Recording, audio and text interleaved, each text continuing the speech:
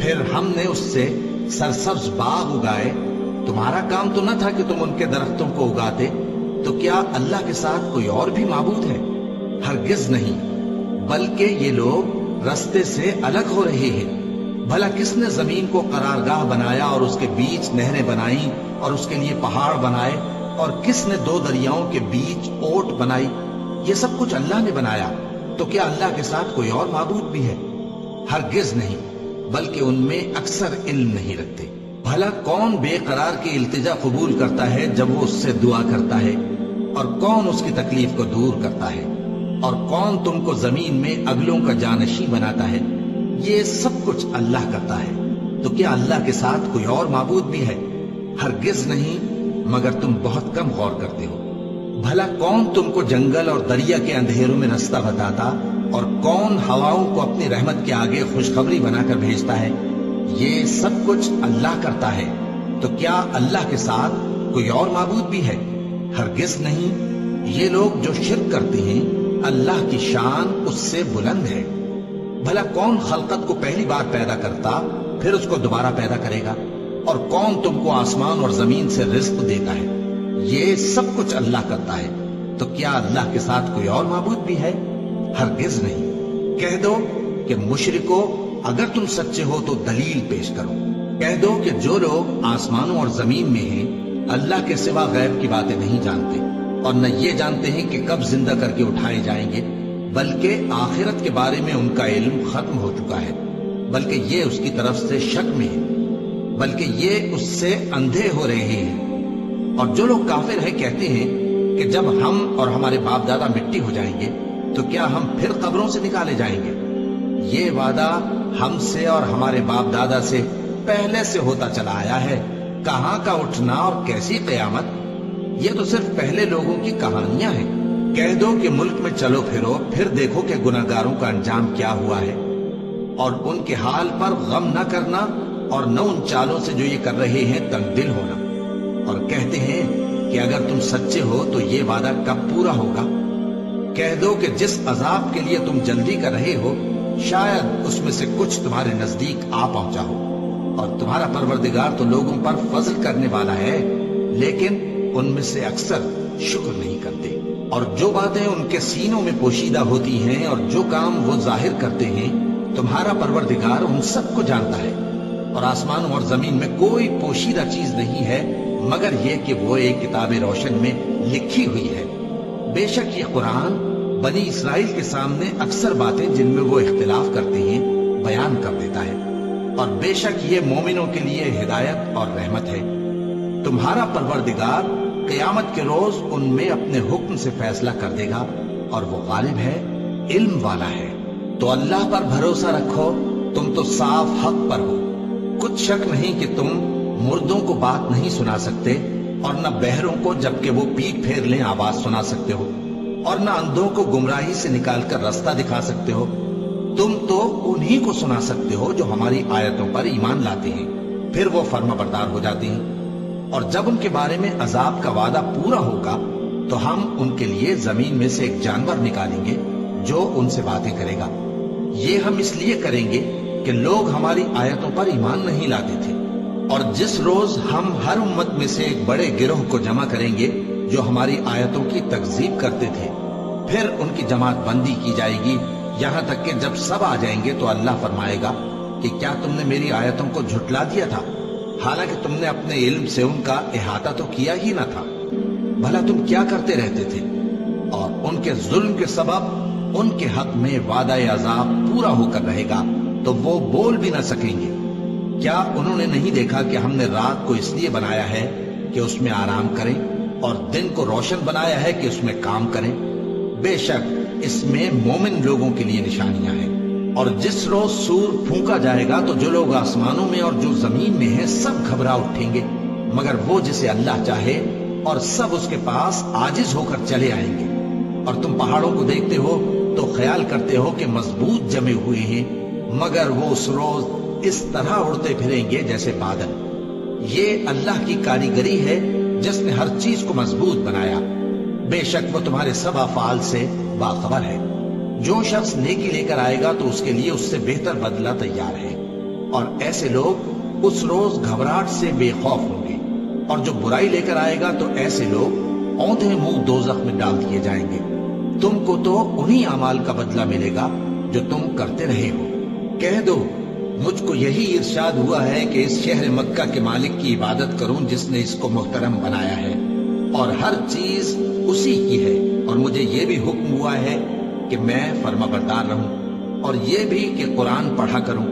اب جو شخص راہ راست اختیار کرتا ہے تو اپنے ہی فائدے کے لیے اختیار کرتا ہے، اور جو گمراہ رہتا ہے تو کہہ دو کہ میں تو صرف خبردار کرنے والا ہوں، اور کہو کہ اللہ کا شکر ہے وہ تم کو عنقریب اپنی نشانیاں دکھائے گا تو تم ان کو پہچان لو گے، اور جو کام تم کرتے ہو تمہارا پروردگار ان سے بے خبر نہیں